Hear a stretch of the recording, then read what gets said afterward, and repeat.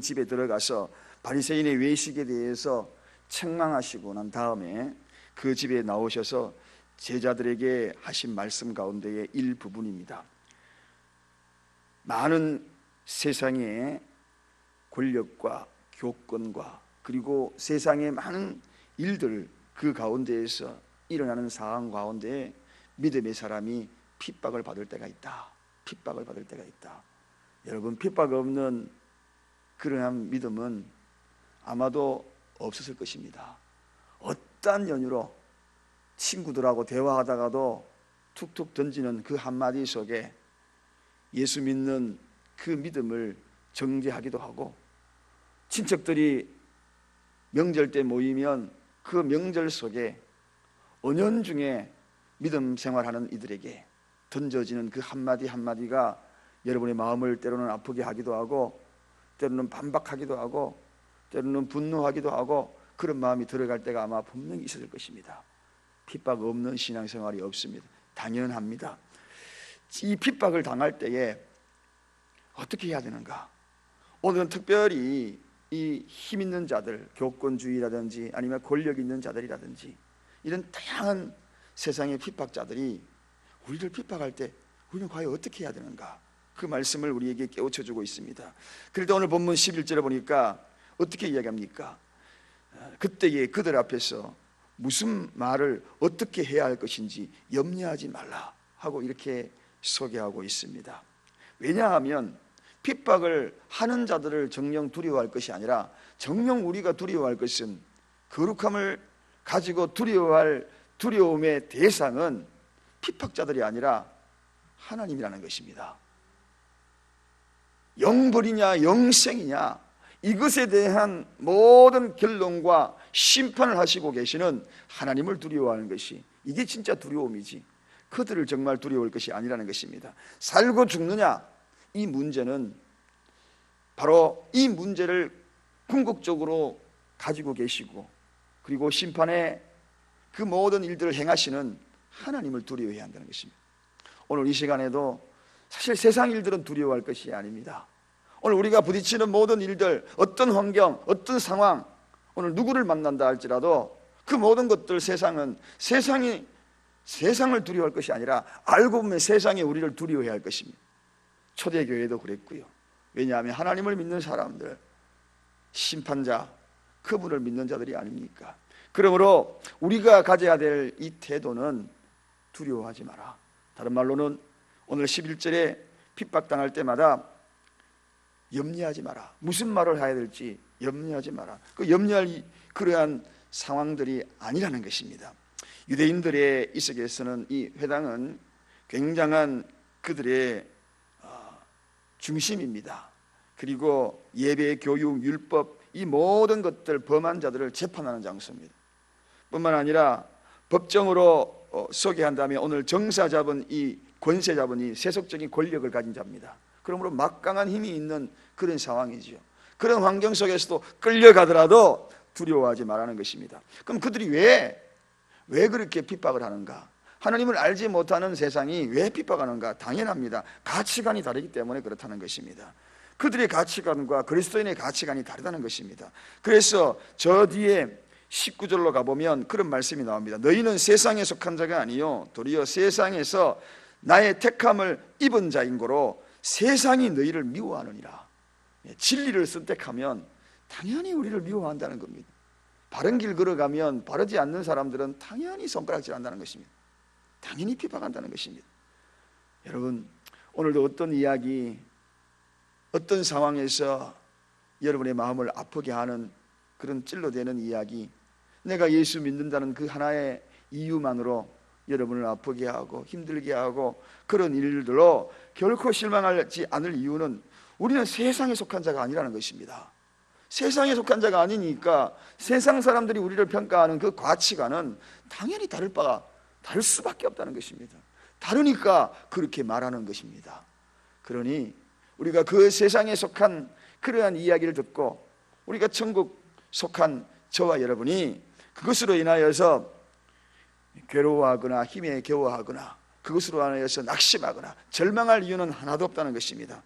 하늘나라 백성 여러분, 저와 여러분은 하늘나라 백성인 것을 확고하게 믿으시기를 주님의 이름으로 부탁을 드립니다. 그러니 핍박을 받는 것입니다. 자, 또 하나 핍박을 하는 이유가 있습니다. 그것은 그리스도인의 핍박하는 이유는 가치관의 차이뿐만 아니라 인생관이라든지 사회관이라든지 종교관이라든지 연쇄적으로 다 달라요. 가치관뿐만 아닙니다. 사회관, 그리고 인생관, 그리고 종교관, 가면 갈수록 점차적으로 이런 바라보는 관점들이 다 다르다는 것입니다. 그러니 핍박을 합니다. 이 두 세계가 조화를 이룰 수가 없습니다. 세상과 우리가 조화를 이룰 수가 없는 겁니다. 그러니 당연하게 우리를 향하여 핍박할 수밖에 없는 것입니다. 당연히 타협을 요구할 때에 거룩한 거절을 우리가 하지 않을 수가 없는 겁니다. 이런 모든 바라봄의 가치관이 다르기 때문에. 그래서 지난 주일날 말씀을 드렸지요. 예배를 통하여 우리가 생각해야 될 것들이 있다. 예배의 마지막 말미에 소중하게 생각해야 될 것이 있는데, 그것이 뭐냐? 거룩한 거절이라 그랬습니다. 거룩한 거절.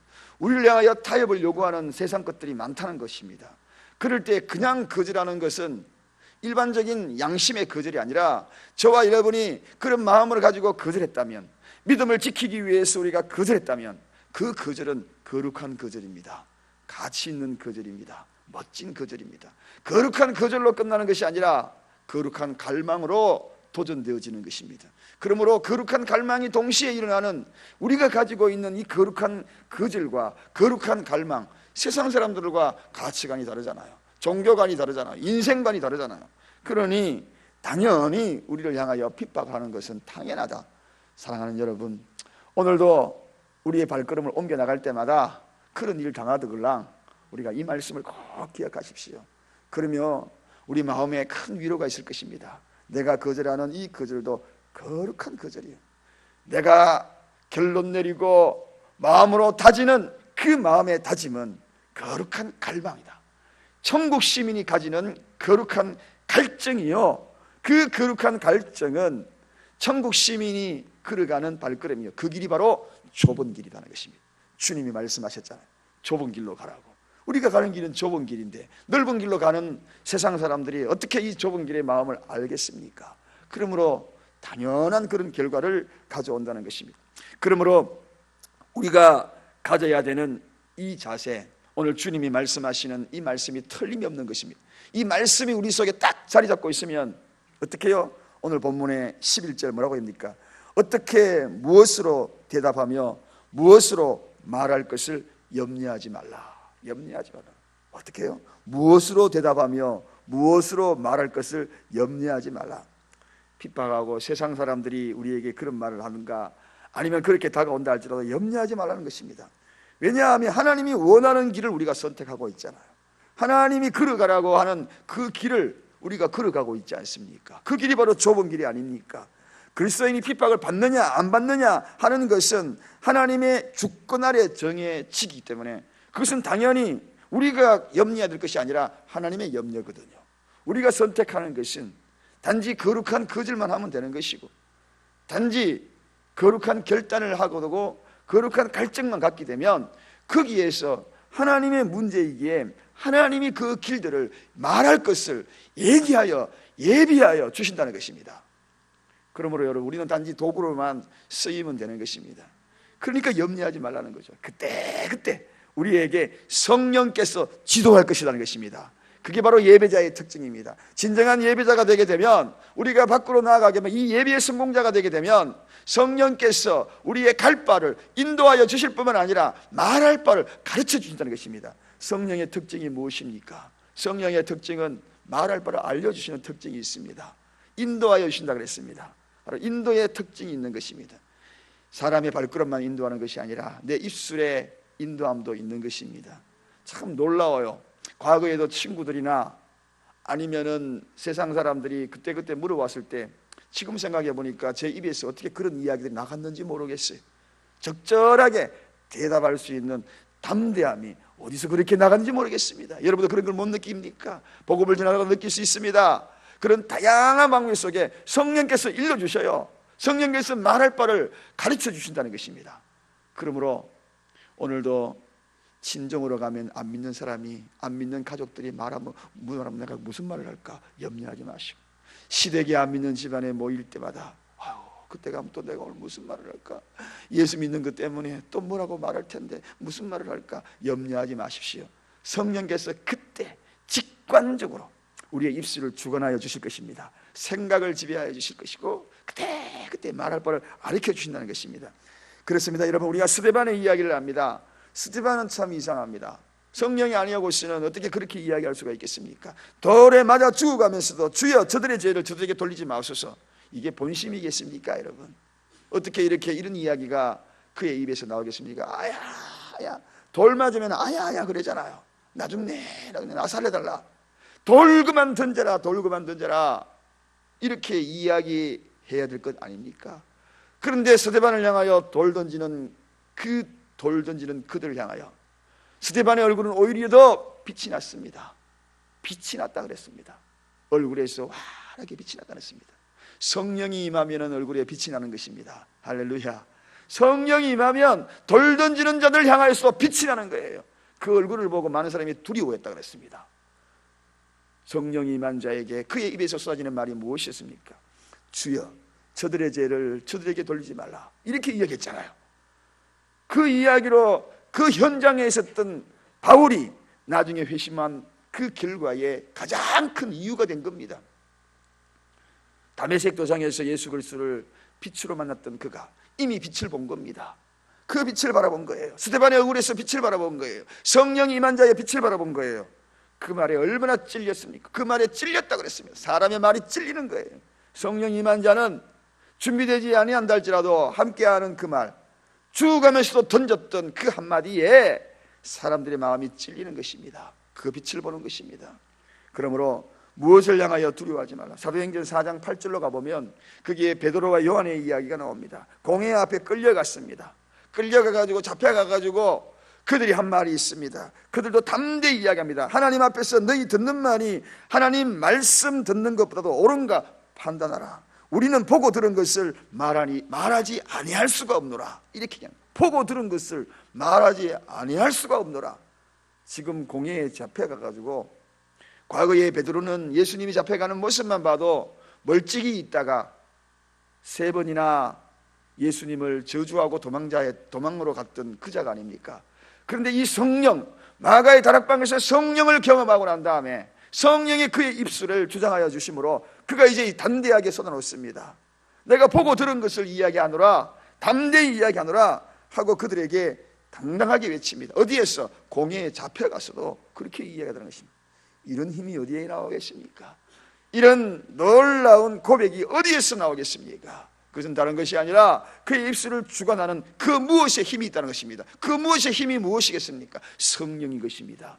사랑하는 여러분, 그러므로 그리스도인의 가치관은 세상의 가치관과 다른 것입니다. 오늘 하나님을 믿는 자는 어떤 박해를 받아도, 핍박을 받아도 두려워할 것이 없습니다. 왜냐하면 그리스도인은 이미 우리의 생명은 우리의 것이 아니기 때문에 그렇습니다. 주님이 말씀하셨잖아요. 우리를 향하여 핏값으로 우리를 샀다고. 소유된 백성이 바로 하나님의 소유된 백성이라는 것입니다. 그러므로 하나님의 소유된 백성은 우리의 목숨뿐만 아니라 우리의 입술도 그의 것이기 때문입니다. 우리의 생각도 그의 것이기 때문에 그렇습니다. 그래서 생각을 지배받고 거침없이 우리의 입으로 쏟아놓는 그 이유가 내가 염려할 이유가 아니라는 것입니다. 성령께서 내 생각을 지배하시고 그리고 내 입술을 통하여 쏟아놓게 만든다. 왜?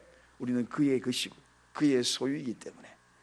인생의 삶의 모든 문제, 죽고 사는 문제도 마찬가지라는 것입니다. 오늘 저와 여러분이 이곳에 와서 앉아있지만 난 그의 소유, 주님의 소유, 그런 찬양도 있잖아요. 죽고 사는 문제도 주님의 소유다. 오늘 어떤 일을 닥칠지 모릅니다. 다양하게 닥칩니다. 다양한 일이 일어날 겁니다. 그러나 궁극적으로 저와 여러분이 생각해야 할 것이 무엇인가? 난 그의 소유, 난 그의 소유. 입술도 생각도 눈도 난 그의 소유. 주님, 나는 맡깁니다. 내려놓습니다. 난 당신의 것입니다. 내가 어디로 가오리까? 주님 떠나서 내가 어디로 가오리까? 새가 되어 날개짓하여 바다 끝까지 갈까요? 저 산꼭대기까지 훌쩍훌쩍 올라가서 아무도 없는 저 숲속으로 도망가 버릴까요? 어디로 가올까요? 다윗이 그런 고백을 했지만 결국은 뛰어봤자 주님의 손바닥이 아니겠습니까? 왜냐하면 우리는 주님의 소유이기 때문에 그렇습니다. 할렐루야. 오늘도 이 생각 가지고 핍박당하거나 어떤 일을 만나도 능히 이겨내고 능히 극복하는 예배의 성공자, 성령의 빛을 받고 성령의 불을 받고 나아가는 발걸음 되시기를 간절히 축원드립니다. 기도하겠습니다. 하나님 아버지 감사합니다. 예수 그리스도의 피로 우리를 사셨고 우리는 이미 그의 소유되었으니 우리가 무엇을 염려하오리까? 세상 살이도 염려하지 아니하지만 죽고 사는 문제도 염려할 문제도 아니요 말할 것도 염려할 문제는 당연히 아닌 것을 우리 주님이 깨우쳐 주셨습니다. 오 하나님 아버지, 우리의 발걸음 걸음도 주님의 소유로 걸어갑니다. 그 길들을 통하여 어쩌면 거룩한 거주를 할 때가 있고 어쩌면 거룩한 갈망과 결단을 해야 될 때가 있사오니 그때마다 가르쳐 주옵소서, 깨우쳐 주옵소서. 생각을 사로잡아 주시고 입술을 사로잡아 주시고 내 발걸음, 내 손짓, 내 눈빛, 내 생각 모든 것 사로잡아 주시옵소서. 그러므로 오늘도 염려하지 않습니다. 그러므로 오늘도 걱정하지 않습니다. 당당하게 나갑니다. 하나님 인도하여 주옵소서. 예수 그리스도 이름으로 간절히 기도드리옵나이다. 아멘.